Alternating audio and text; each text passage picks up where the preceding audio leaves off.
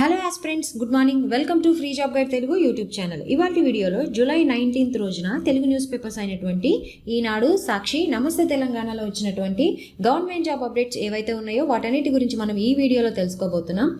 ఇక్కడ కనిపించే ఆర్గనైజేషన్స్ నుంచి మనకి నోటిఫికేషన్స్ అనేవి రావడం జరిగింది. ఈ నోటిఫికేషన్లో మెన్షన్ చేసినటువంటి పోస్టులు ఏవైతే ఉన్నాయో వాటన్నిటి గురించి మనం పూర్తిగా తెలుసుకుందాం. ఫస్ట్ అప్డేట్ ఏంటంటే ఆంధ్రప్రదేశ్ పబ్లిక్ సర్వీస్ కమిషన్ నుంచి 691 forest beat officer and assistant beat ఆఫీసర్కి సంబంధించి నోటిఫికేషన్ అనేది రిలీజ్ కావడం జరిగింది. దీని ద్వారా 256 ఫారెస్ట్ బీట్ ఆఫీసర్లు, అదేవిధంగా 435 అసిస్టెంట్ బీట్ ఆఫీసర్ పోస్టుల భర్తీ అనేది జరగబోతుంది అనమాట. సో ఈ ఏపీపీఎస్సీ రిలీజ్ చేసినటువంటి ఈ ఎఫ్బీఓ అదేవిధంగా ఏబీఓకి సంబంధించి నేను ఆల్రెడీ కంప్లీట్ వీడియో అనేది మన ఛానల్లో పోస్ట్ చేయడం జరిగిందనమాట. ఎవరైతే ఇంకా ఆ వీడియో చూడలేదో ఆ లింక్ అనేది కూడా నేను మీకు కింద డిస్క్రిప్షన్లో మెన్షన్ చేస్తాను. వీటి మీద నేను కంప్లీట్ ఎగ్జామ్ స్ట్రాటజీ కూడాను నేను చేయడం జరిగిందనమాట. సో ఇంట్రెస్టెడ్ క్యాండిడేట్స్, అదేవిధంగా ఎవరైతే ఎలిజిబుల్ క్యాండిడేట్స్ ఉన్నారో సో వాళ్ళు ఇలాంటి అవకాశాన్ని వదులుకోవద్దు. సో అప్లికేషన్ ఫీ విషయానికి వస్తే 330 రూపాయలు ఉంది. ఎవరైతే ఎలిజిబుల్ క్యాండిడేట్స్ ఉంటారో వాళ్ళు August 5th ఆన్లైన్లో అప్లై చేసుకోవాల్సి ఉంటుందన్నమాట.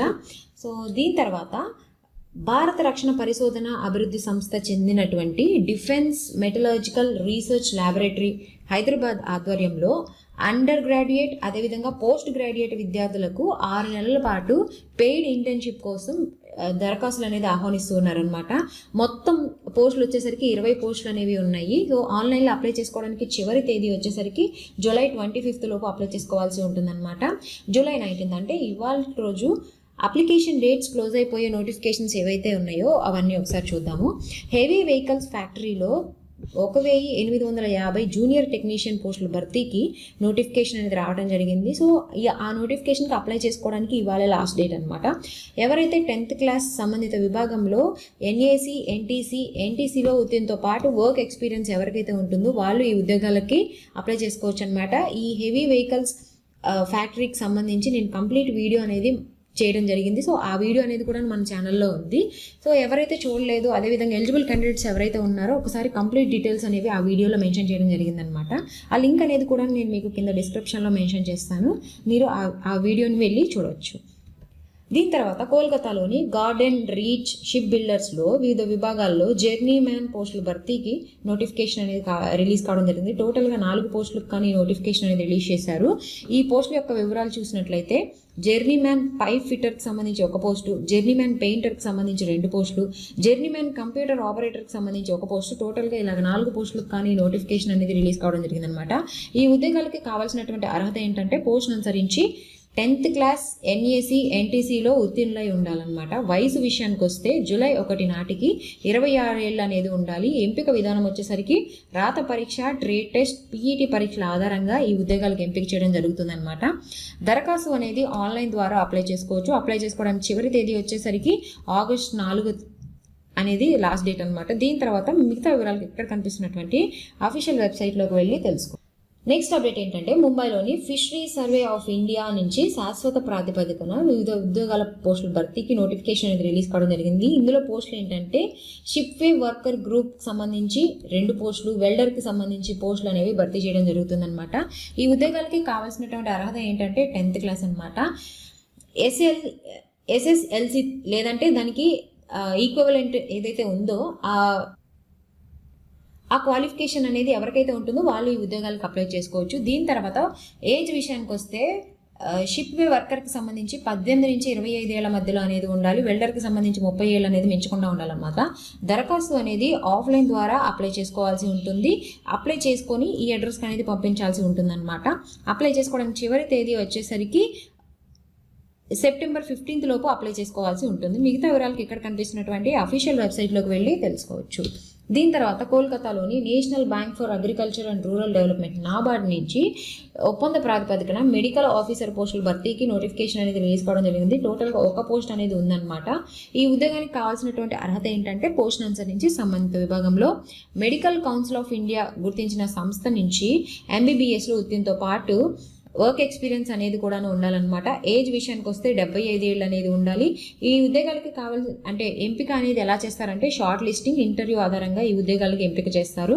దరఖాస్తు అనేది ఈమెయిల్ ద్వారా అప్లై చేసుకోవాల్సి ఉంటుందన్నమాట. ఇది ఆ ఈమెయిల్ ఐడి. సో ఈ ఈమెయిల్ ఐడి అనేది నేను మీకు కింద డిస్క్రిప్షన్లో మెన్షన్ చేస్తాను. సో మీరు ఈ ఉద్యోగానికి ఈ మెయిల్ ద్వారా మీరు ఈ ఉద్యోగానికి అప్లై చేసుకోవచ్చు.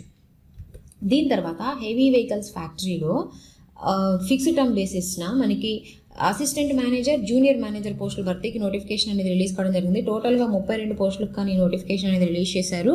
ఇందులో విభాగాలు ఏంటంటే మెకానికల్, ఎలక్ట్రికల్, ఎలక్ట్రానిక్స్ తదితర విభాగాల్లో ఈ పోస్టులు అనేవి భర్తీ చేస్తారు. దరఖాస్తు అనేది వెబ్సైట్లో నుంచి మనం అప్లై చేసుకోవాల్సి ఉంటుంది. ఇది ఇక్కడ కనిపిస్తున్నటువంటి ఈ అఫీషియల్ వెబ్సైట్కి వెళ్ళి మనం అప్లై చేసుకోవాలన్నమాట.